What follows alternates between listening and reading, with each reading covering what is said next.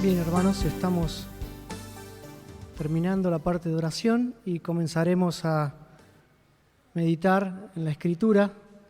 Y no quería ser como Elí, interrumpir la oración de los santos, ¿no? Y ser tan torpe de decir, ve y digiere tu vino, ¿no? Son importantes las oraciones en la presencia del Señor y el Señor las tiene muy en cuenta. Vamos a seguir con la consideración de Juan capítulo 12, del 20 al 26. Ese es nuestro texto en esta noche. Y abriendo un poquito la ventana del contexto, eran los últimos momentos del Señor. Había sido ungido en Betania por María. María había ungido los pies del Señor con un perfume muy caro. Lo había hecho con todo su corazón, había derramado ese perfume tan costoso en sus pies, enjugándolo con sus cabellos. Luego el Señor monta en un pollino de asna y entra a Jerusalén, aclamado por todo el pueblo. Hosana, Hosana, el que viene en el nombre del Señor, y tirando a aquellas personas los mantos, las palmas en el camino, a gran voz proclamaban que el Señor era el que iba a salvarlos. Y posteriormente, una semana después, el Señor estaba muriendo en la cruz por cada uno de nosotros. Pero en el texto que nos toca hoy, estaba cerca la fiesta de la Pascua y el Señor, seguramente estaba en el templo y, hay algunos griegos que quieren hablar con Él. Y esto está relatado en el texto que vamos a compartir en esta noche. Vamos a dar lectura del texto. Juan capítulo 12, 20 dice así: había ciertos griegos entre los que habían subido a adorar en la fiesta.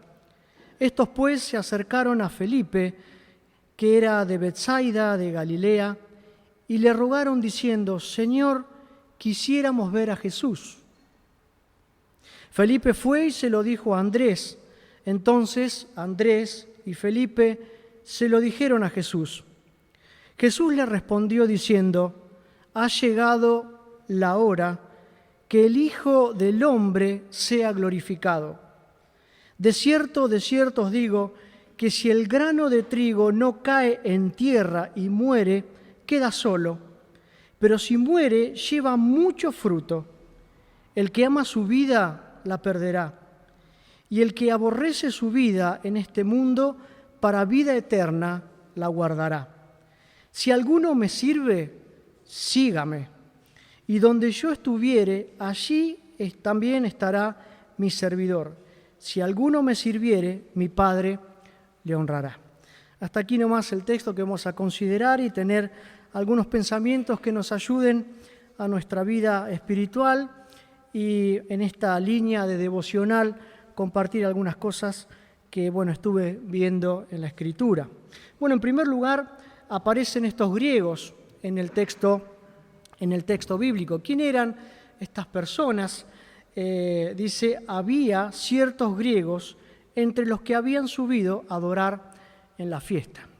Hay algunas especulaciones que se dicen que eran judíos, que hablaban griego, pero esto es muy débil, la postura es muy débil, pero en realidad lo más probable es que hayan sido griegos prosélitos. ¿Qué quiere decir esto? Que se hayan convertido a la religión judía. Eran griegos de origen griego, eran gentiles, no eran parte del pueblo judío o hebreo, y se habían convertido, habían sido prosélitos y se habían convertido al judaísmo. Esto es lo más probable, que aparecen aquí estos griegos que se habían convertido al judaísmo. Por eso eran prosélitos, convertidos al judaísmo. ¿Por qué decimos esto? Porque habían subido a adorar. Esto es muy curioso, dice el texto, que habían subido a adorar en la fiesta, que la fiesta era la fiesta de la Pascua, y habían subido. Cuando encontramos esta expresión de subir, es que, bueno, el lugar era más alto y, bueno, siempre se subía hacia Jerusalén, hacia el templo, a adorar. Bueno, estaba cercana a la fiesta de la Pascua y estos griegos prosélitos de origen gentil, convertido al judaísmo, habían subido a adorar en la fiesta. Por eso creemos que eran convertidos al judaísmo porque habían subido a adorar a la fiesta de la Pascua. Bueno, ellos habían abandonado sus prácticas idólatras porque los griegos tenían diversas deidades que adoraban, tenían muchos dioses y bueno, habían subido a adorar al único Dios vivo y verdadero a Jerusalén, al templo, y bueno, inferimos que eran personas griegos, gentiles, que se habían convertido al judaísmo y habían subido a adorar. Bueno, eran paganos, anteriormente de convertirse al judaísmo eran paganos, idólatras, y se disponían a adorar al Dios vivo y verdadero. Esto es algo importante que resalta del texto. Allí, el primero que vemos, había ciertos griegos entre los que habían subido a adorar en la fiesta. Se llamaban prosélitos de la puerta. Era un nombre que habían adquirido. ¿Por qué? Porque no podían pasar más adentro del atrio de los gentiles. Esto es muy curioso porque el templo tenía varias plataformas estaba en el atrio de las mujeres donde residían o estaban, o era el lugar donde las mujeres podían estar, estaba el atrio de los gentiles y más allá del atrio de los gentiles no podían ingresar. Por eso le llamaban prosélitos de la puerta, porque no podían ingresar más allá de la puerta o del atrio de los gentiles. Esto es una curiosidad del nombre que recibían los gentiles, en este caso griegos, que se habían convertido al judaísmo y que habían subido a la fiesta para adorar. Verso 21 dice: estos pues se acercaron a Felipe, que era de Betsaida de Galilea, y le rogaron diciendo: Señor, es una expresión, no se refiere al Señor Jesús, sino a Felipe, quisiéramos ver a Jesús. Estos griegos se acercan a Felipe. Algo curioso también, ¿por qué se acercan a Felipe? Bueno, hay algunas especulaciones también acerca de por qué fueron a hablar con Felipe, ¿no? Y por qué no trataron directamente con Jesús. Algunos piensan que Felipe hablaba griego y era una forma de poder comunicarse con fluidez y poder tener una conversación. Otra de las posturas que hay acerca de que por qué fueron a hablar con Felipe es porque era de Betsaida de Galilea, y Betsaida de Galilea estaba muy cerca de la región que era una región gentil que se llamaba Decápolis. Podríamos decir, eran prácticamente, vivían cerca, ¿no? Y era una de las especulaciones que se toma para decir que los griegos fueron a buscar a Felipe y fueron a hablar con él primeramente. Luego de esto, Felipe va a buscar a Andrés, que es uno de los discípulos, y van los dos a decírselo a Jesús. Este fue el orden que se dio en este pasaje que estamos viendo. Los griegos hablaron con Felipe, Felipe fue a hablar con Andrés, y ambos fueron a hablar con el Señor para expresar la inquietud de estos griegos que querían hablar con Jesús. En realidad querían tener una reunión especial con Él, ¿no? Y querían charlar.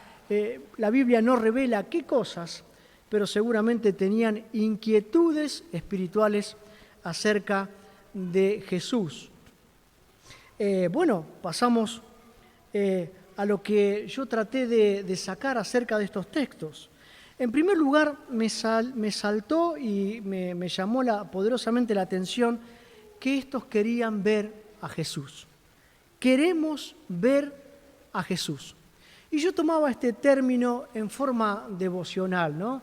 Y trataba de trasladar este principio de estos gentiles a mi vida, ¿no? Y tratar de ponerme en sus zapatos Y bueno, estos tenían una buena disposición. Queremos ver a Jesús. Miren, nadie que tenga este sincero deseo en su corazón es rechazado. Yo estoy seguro que el Señor no rechaza a nadie que tiene este sincero deseo de ver a Jesús, de encontrarse con Él.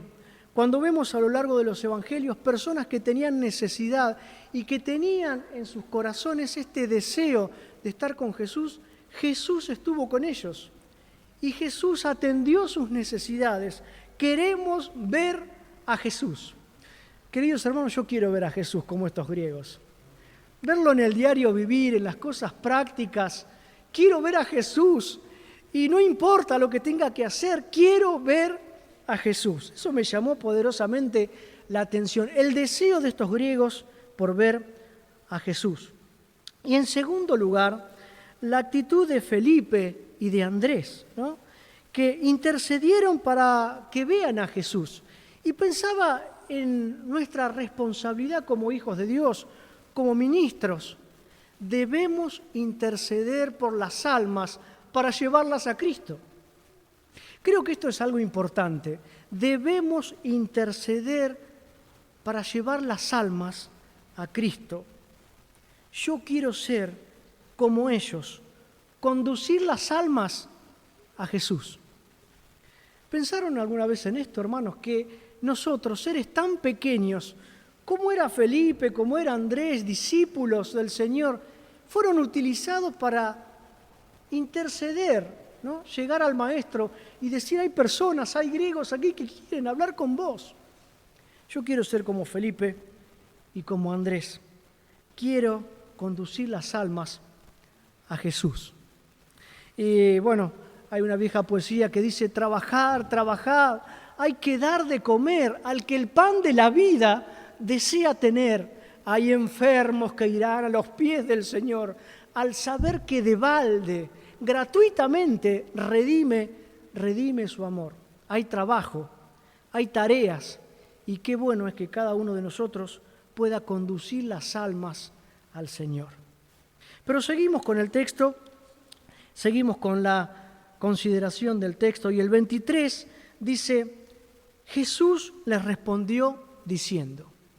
Aquí encontramos la respuesta del Señor a la intercesión de Andrés y de Felipe, queriendo presentar a los griegos para que hablasen con Jesús. Jesús, no sabemos si tuvo realmente este encuentro con los griegos, no tenemos seguridad del texto bíblico, pero bueno, el Señor le responde a Andrés y a Felipe. Ha llegado la hora para que el Hijo del Hombre sea glorificado. Qué respuesta, ¿no?, en este primer versículo. Ha llegado la hora para que el Hijo del Hombre sea glorificado. Y yo me pongo en la mente de Andrés y Felipe, aquellos que conocían un poco el Antiguo Testamento, ¿no? Y bueno, rápidamente sus mentes llegando al pasaje del Antiguo Testamento, donde habla de el Hijo del Hombre. Esto en Daniel, capítulo 7, verso 13. Esta es una profecía mesiánica que dice, miraba yo en la visión de la noche, y aquí con las nubes del cielo venía uno como el Hijo del Hombre. Una profecía refiriéndose a Cristo. Venía uno como el Hijo del Hombre, que vino hasta el anciano de días, y le hicieron acercarse delante de él. Y le fue dado dominio, gloria y reino para que todos los pueblos, naciones y lengua le sirvieran. Su dominio es dominio eterno, que nunca pasará, y su reino uno que no será destruido. Yo me imagino aquellos que conocían esta profecía, el Señor es el Mesías, es el Hijo del Hombre. Tenemos esta seguridad. Se está manifestando este que está con nosotros, es el Mesías, es el Hijo del Hombre, el que hablaba Daniel, el que decía que su reino iba a ser sempiterno, que iba a permanecer, que iba a reinar, que iba a ser un reino estable. un reino especial a las naciones, a los pueblos, y que será un dominio eterno. Felipe y Andrés, recibiendo esta noticia, ¿no? Y el Señor dice, ha llegado la hora. Algo curioso en el Evangelio de San Juan, fíjense, vamos al 2:4, el Señor anteriormente dijo siempre que no había llegado su hora. En el 2:4 dice, Jesús le dijo, ¿qué tienes conmigo, mujer? Aún no ha venido mi hora. Le dijo a María, a su madre, en las bodas de Canaán. En el 7:6, fíjense, capítulo 7, verso 6, dice, entonces Jesús le dijo, mi tiempo aún no ha llegado, mas vuestro tiempo siempre está presto. Hablándole a sus hermanos, ¿no? Fíjense en el 8:20, un poquito más adelante, ¿no? 8:20, dice, estas palabras habló Jesús en el lugar de las ofrendas, enseñando en el templo, y nadie le prendió porque aún no había llegado su hora. Y esto es realmente relevante. En el texto dice, ha llegado la hora para que el Hijo del Hombre sea glorificado. Esto es realmente revelador. Llegaba la hora donde Cristo iba a ser glorificado, iba a ir a la cruz. Iba a enfrentar la vergüenza, el oprobio, iba a cargar nuestros pecados y llevarlos a la cruz. El acta de nuestros decretos iba a ser clavada en la cruz. Él iba a ser glorificado de esta forma. Entonces, en el verso 24, debe declarar esta forma. ¿Y cómo iba a ser? De cierto os digo, que si el grano de trigo no cae en la tierra y muere, queda solo. Pero si muere, lleva muchos frutos. Cuando vemos allí la expresión de cierto os digo, denota una mayor importancia, es como recalcar, como resaltar, como subrayar. Lo que voy a decir es sumamente importante. Escuchen, dijo el Señor, escuchen lo que voy a decir. De cierto os digo. Y utiliza algo muy común, que era el sembrar, ¿no? Que aquellos que escuchaban estaban acostumbrados y familiarizados con esta tarea de sembrar. De cierto os digo que si el grano de trigo no cae en tierra y muere, queda solo. Pero si muere, lleva mucho fruto. El Señor quiso decir que así sería glorificado, por medio de su muerte y de su resurrección. Expresa algo realmente profundo en esto que está diciendo el texto bíblico. Nunca podía establecer su reino glorioso sin pasar por la cruz, sin cumplir con el plan establecido por Dios. Era imposible instaurar su reino sin que Él fuese a la cruz y muriese por nuestros pecados. Era necesario que el grano de trigo caiga a tierra, muera para que lleve muchos frutos. Esta figura hablaba de su muerte, de su resurrección y del fruto de la aflicción de su alma, como dice Isaías. Esta obra de redención, de salvación, esta muerte iba a traer vida en abundancia, iba a dar muchos frutos realmente para la gloria de Dios. Cristo era ese grano de trigo muriendo por nosotros y su obra llevaría muchos frutos. Llevaría muchos hijos a la gloria, como dice Hebreos capítulo 2, verso 10. Verso 25, algo también curioso que se da en el texto. Dice, el que ama su vida la perderá, y el que aborrece su vida en este mundo, para vida eterna la guardará. Miren, aquí hay un principio espiritual, y es la entrega de la vida. Subyace aquí en el texto la entrega de la vida. Tenemos el ejemplo supremo de Cristo, el grano de trigo muriendo por nosotros para dar fruto.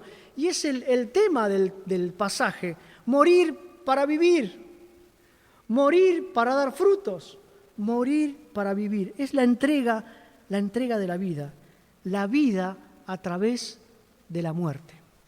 Y es esto un gran principio espiritual para vos y para mí.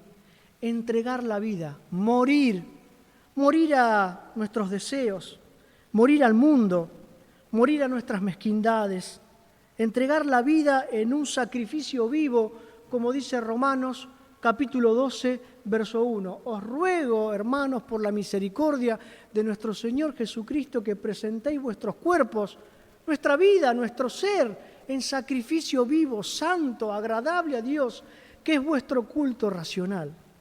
Entregar la vida. ¿Para qué? Para disfrutar lo eterno, para disfrutar las bendiciones que tenemos juntamente con Cristo, en Él, por Él. La vida abundante de Cristo en nosotros, por su Espíritu. Miren, en resumen, es preferir a Cristo siempre. Y es ponerlo en primer lugar, y es ordenar las cosas que tenemos en la vida, y este orden de prioridades, poner a Dios en primer lugar.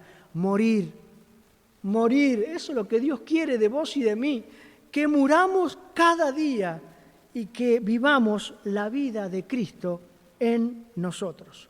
El secreto de una vida abundante, fructífera, llena, una vida relevante para su gloria, que lleve frutos como la vida del Señor Jesús, es morir. Y es morir al yo, es morir cada día a nuestros deseos. Lucas 14, vamos a afirmar este concepto. Lucas 14, miren lo que dice Lucas 14, 25. Grandes multitudes iban con él, y volviéndose les dijo, toda la multitud atrás del Señor, y él se volvió y les dijo, si alguno viene a mí y no aborrece a su padre y a madre y a mujer e hijos y hermanos y hermanas y aún también su propia vida, no puede ser mi discípulo. Esto es duro, hermanos. Pero el Señor de entrada dice cómo son las cosas y cómo Él quiere que vivamos. Dejar en segundo lugar y poner a Él en el primer lugar de la vida. Miren, hay cosas que debemos dejar para seguir a Cristo. No podemos seguir con nuestra antigua vida y querer vivir a Cristo. Hay cosas que dejar, hay cosas que debemos renunciar para seguir a nuestro Señor. La entrega de la vida, el orden de prioridades. Verso 26, y estamos terminando la meditación. Si alguno me sirve, sígame, y donde yo estuviere, allí también estará mi servidor. Si alguno me sirviere, mi Padre le honrará. Y bueno, tenemos un principio en relación al servicio, ¿no? Y aquellos que hemos recibido a Cristo hay una tarea, hay una función. No estamos de semillas aquí, no estamos para crecer, reproducirnos y morir. No, el Señor tiene un plan, tiene un propósito, tiene algo establecido para cada uno de nosotros, las obras que Él preparó de antemano para que anduviésemos en ella. Debemos encontrar lo que Dios quiere para nuestra vida, transitar en su voluntad, caminar en su voluntad, descubrir lo que el Señor quiere para vos y para mí. Y dentro de esta búsqueda está el servicio a Dios, el servicio a nuestro Señor. Dice, si alguno me sirve, la condición para servir es seguir a Cristo. Debemos seguirle. ¿Qué implica seguir? Bueno, andar como Él anduvo, como dice 1 Juan, capítulo 2, verso 6. Si alguno dice que le conoce, debe andar como Él anduvo.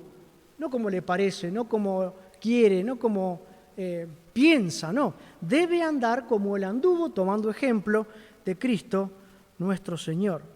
Si alguno me sirve, sígame, y debe andar en Él. Esto es importante, andar como Él anduvo, pero debe andar en Él. Colosenses capítulo 2, verso 6. Hay una unión vital con Cristo. No podemos ser creyentes y estar separados y no tener comunión con la vid verdadera, con la comunión que Cristo quiere tener con nosotros. No podemos estar lejos del Señor. Debemos andar en Él, en el Señor, como dice Colosenses capítulo 2, verso 6. Y el que le sigue también debe estar plantado juntamente con Él. Esto nos habla de esta unión indisoluble que debemos tener con el Señor cada día en una búsqueda intensa en relación con Él. Esto lo dice Romanos capítulo 6, verso 5. Si alguno me sirve, sígame, con estas condiciones. Yo pongo las reglas, yo exijo, yo demando que mis hijos me sigan así. Ahora bien, de esta forma estaremos en donde Él está. Porque dice el texto, si alguno me sirve, sígame. Y donde yo estuviere, allí también estará mi servidor. De esta forma, con estas funciones, con esta tarea que debemos hacer, estaremos donde Él está. ¿Y dónde está Él? Esto es algo devocional, hermanos. ¿Dónde está Cristo? A la diestra de Dios. Y yo estoy donde Él está. Y yo pensaba rápidamente en mi mente, iba al texto el que dice que estamos sentados juntamente con Cristo en lugares ¿dónde? Celestiales. Hermano, estoy con Cristo. Aunque estoy aquí en la tierra físicamente, mi posición espiritual está en Cristo. Y estoy con Él en los cielos, sentado juntamente con Cristo. Esto me llenó el corazón. Quizás no es la interpretación tan lineal y teológica, pero permítanme tener este pensamiento devocional. Estoy con Él, a la diestra del Padre, estoy sentado allí con Él, pero si le sigo, si cumplo su voluntad, si ando como Él anduvo, si estoy en Él, si estoy plantado juntamente con Él, si estoy unido vitalmente con Él, estaré a la diestra del Padre, juntamente con Cristo, sentado en lugares celestiales, juntamente con Él. Miren lo que dice Hebreos capítulo 10, verso 12.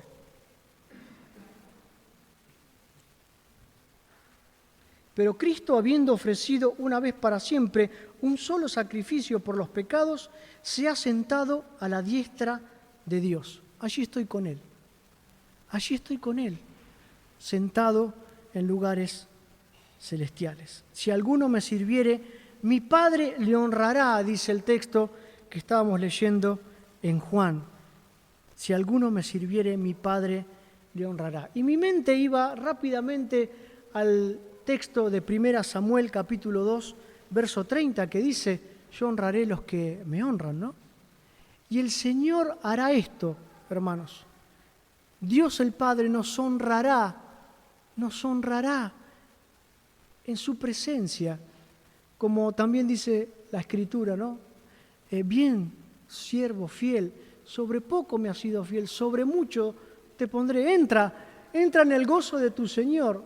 Hay honra, hay gloria, hay gracia, hay plenitud, hay recompensa en la presencia del Señor. Dios nos honrará, hermanos. Esto es sublime, esto es asombroso, es realmente maravilloso. El Padre nos honrará. Conclusión. Cosas que nos ayuden. Queremos ver a Jesús. Yo quiero ver a Jesús como los griegos. Permítanme en este pensamiento devocional. Queremos ver a Jesús. Yo quiero ver a Jesús. Yo quiero ser como Andrés y Felipe, conducir las almas a Jesús, al Maestro. Yo quiero entregar mi vida, preferir a Cristo, siempre preferir a Cristo, aunque Satanás prepare los manjares de la sociedad, las cosas que nos aturden o nos tientan en el mundo. Satanás es buen imitador y es buen tentador, no pone las mejores carnadas. Pero aún con esto, quiero siempre preferir a Cristo, hermanos. Quiero preferir a Cristo siempre, sobre todo y sobre todos, colocando a Él en el primer lugar. Y por cuarto lugar, en esta conclusión, yo quiero servirle, seguirle, para estar donde Él está, sentado a la diestra de Dios. Quizás estos pensamientos un poco desordenados nos ayuden a poder pensar meditar en lo que el Señor quiere para nuestras vidas. Gracias, hermanos.